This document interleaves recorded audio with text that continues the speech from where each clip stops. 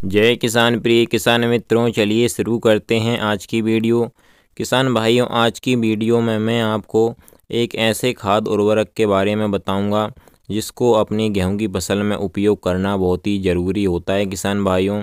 अच्छे उत्पादन, रिकॉर्ड उत्पादन के लिए जो है अच्छा फुटा हुआ है हमारे गेहूँ की फसल में, और उसमें जितना फुटा हुआ है उतनी ही बालियाँ निकलें किसान भाइयों, और जितनी बालियाँ निकलेंगी उतनी ही हमारी पैदावार बढ़ेगी।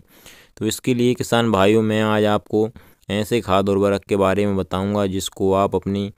गेहूं की खेती में यूज करके जो है किसान भाइयों बहुत ही बढ़िया उत्पादन प्राप्त करेंगे। तो किसान भाइयों, बने रहिए वीडियो के साथ अंत तक। और अगर आपने अभी तक हमारे चैनल को सब्सक्राइब नहीं किया है तो सब्सक्राइब कर लीजिए, और वीडियो को लाइक और ज़्यादा से ज़्यादा हमारे किसान भाइयों के साथ शेयर कर दीजिए, जिससे क्या हुआ, उनका भी उत्पादन जो है यह खाद उर्वरक डाल करके वह बढ़ा सकते हैं और अच्छा ही उत्पादन प्राप्त कर सकते हैं। तो चलिए किसान भाइयों, वीडियो में आगे बढ़ते हैं और आपको बताते हैं कि आपको जो है अपनी गेहूं की फसल में 40 दिन के बाद में जो है कौन सा खाद उर्वरक प्रयोग करना चाहिए, जिससे आपकी गेहूं की फसल जो है एकदम हरी भरी मस्त और बढ़िया ही उत्पादन दे अंततः। किसान भाइयों, तो किसान भाइयों, अगर आपकी भी गहरी ज़मीन है और या फिर आपकी ज़मीन में जो है आपके खेत में नमी अधिक रहती है, और आपके खेत में जो है पानी का भराव, जब आप सिंचाई करते हैं तो पानी का भराव और नमी अधिक दिनों तक, अधिक देर तक रहती है किसान भाइयों, और अगर आपकी जो है गेहूं की फसल थोड़ी थोड़ी पीली भी पड़ रही है, तो इस समय पर जो है किसान भाइयों आपको मैं एक ऐसा खाद उर्वरक बताऊंगा जिसको डाल करके आपकी जो है सारी समस्याओं से छुटकारा पा जाएंगे किसान भाइयों।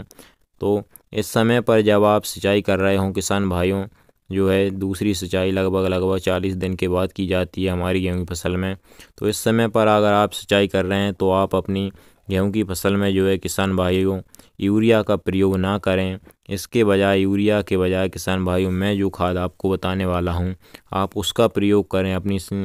गेहूं की फसल में। और इस खाद का नाम है किसान भाइयों अमोनियम सल्फेट। किसान भाइयों, नोट कर लीजिएगा, इस खाद का नाम है अमोनियम सल्फेट। किसान भाइयों, अमोनियम सल्फेट को आप यूरिया की जगह अपनी गेहूं की फसल में यूज करिएगा, और इसमें जो है नाइट्रोजन भी पाया जाता है किसान भाइयों, जिससे आपकी यूरिया की कमी तो दूर होगी ही होगी, और भी इसके बहुत सारे फायदे हैं किसान भाइयों। और इसमें सल्फर की मात्रा भी पाई जाती है किसान भाइयों। इसको डालने से आपकी गेहूं की फसल में क्या हुआ किसान भाइयों कि इसका जब आप प्रयोग करेंगे और इसके बाद आप जो है सिंचाई करेंगे तो क्या हुआ किसान भाइयों, आपकी जो खेत की मिट्टी है वो एकदम फूल जाएगी, एकदम नरम टाइप की हो जाएगी किसान भाइयों, जिससे क्या हुआ आपकी गेहूं की फसल में जो है हवा का संचार होगा, और हवा का संचार होगा तो आपकी गेहूं की फसल बिल्कुल हरी भरी हो जाएगी, और उसमें मिट्टी नरम होने के कारण से किसान भाइयों कल्लों का फुटाव भी अधिक होगा। और किसान भाइयों की जो अगर गेहूं की फसल पीली भी पड़ रही होगी तो इससे उस पीलापन से भी छुटकारा मिल जाए किसान भाइयों, आपकी एकदम मस्त फसल हो जाएगी इसको डालने से। तो किसान भाइयों, आप अमोनियम सल्फेट का उपयोग अपनी गेहूं की फसल में ज़रूर करिएगा। और अगर किसान भाइयों आपने अभी तक जो है अपने गेहूं की फसल में डीएपी का उपयोग नहीं किया है तो आप जो है दूसरे पानी के पहले आप डीएपी का भी उपयोग अपनी गेहूं की फसल में ज़रूर करें किसान भाइयों, क्योंकि डीएपी भी इस समय पर जो है कल्लों का अधिक फुटाव करता है हमारी गेहूं की फसल में। कल्लों का फुटाव, कल्लों की ट्रेलिंग अधिक करता है, इसलिए आपने अगर किसी कारणवश जो है डीएपी का उपयोग अपनी गेहूं की फसल में नहीं कर पाए हैं किसान भाइयों, तो इस समय पर आप दूसरा पानी देने से पहले जो है डीएपी का छिड़काव करें अपनी गेहूं की फसल में, जिससे भी आपकी गेहूं की फसल में अधिक कल्लों का फुटाव होगा और आपको अधिक फ़ायदा होगा किसान भाइयों।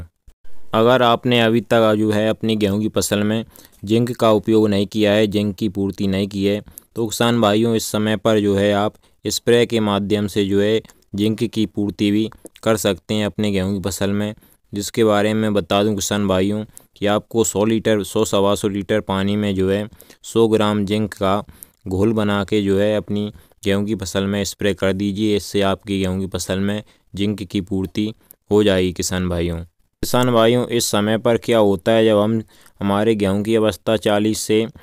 जो है 70 दिन के बीच की होती है। तो इस समय पर अधिक ठंड होने के कारण हम जो भी खाद उर्वरक हमारी गेहूं की फसल को नीचे से जड़ों के माध्यम से देते हैं तो हमारे गेहूं की फसल में वह बहुत देर में असर करता है। किसान भाइयों, आपने देखा होगा, अक्सर आपने कोई खाद उर्वरक दिया हुआ तो वह कम से कम 8-10 दिन के बाद में जो है उसका असर अपने गेहूं की फसल पर आपको देखने को मिला होगा। तो ऐसे में किसान भाइयों, आपको क्या करना है, स्प्रे के माध्यम से जो है अपनी गेहूं की फसल को खाद उर्वरक देना है। स्प्रे में मैं बता दूं 40 दिन के बाद में किसान भाइयों आपको जो है NPK 05234 का स्प्रे जो है अपनी गेहूं की फसल में करना चाहिए। किसान भाइयों, इसमें क्या होता है कि आपकी गेहूं की फसल में फास्फोरस और पोटास की जो है कमी दूर हो जाती है आपकी गेहूं की फसल में। और फास्फोरस और पोटास भी गेहूं की फसल के लिए बहुत ही ज़रूरी होता है किसान भाइयों। तो इस समय पर आप NPK 05234 का प्रयोग कर सकते हैं किसान भाइयों। तो किसान भाइयों, ये सब खादों का प्रयोग जो है आप अपने गेहूं की फसल में 40 से 70 दिन के बीच में आप कर लीजिए। उसके बाद में 70 दिन तक आपको कोई ज़रूरत नहीं है कोई भी खाद उर्वरकों की। अगर आप जो है यह खाद उर्वरक जो मैंने बताए हैं अपनी गेहूं की फसल में को दे देते हैं तो किसान भाइयों, इसके बाद में जो है 70 दिन के बाद में मैं आपको बताऊंगा कि आपको कौन से खाद उर्वरक की ज़रूरत पड़ेगी अपनी गेहूं की फसल में, आपको जो है क्या अपनी गेहूं की फसल में करना चाहिए। तो किसान भाइयों, इसके लिए आपको जो है चैनल को सब्सक्राइब जरूर करना है और वीडियो को लाइक और ज़्यादा से ज़्यादा हमारे किसान भाइयों के साथ शेयर कर दीजिए। चलिए किसान भाइयों, मिलते हैं अगली वीडियो में। जय किसान, नमस्कार।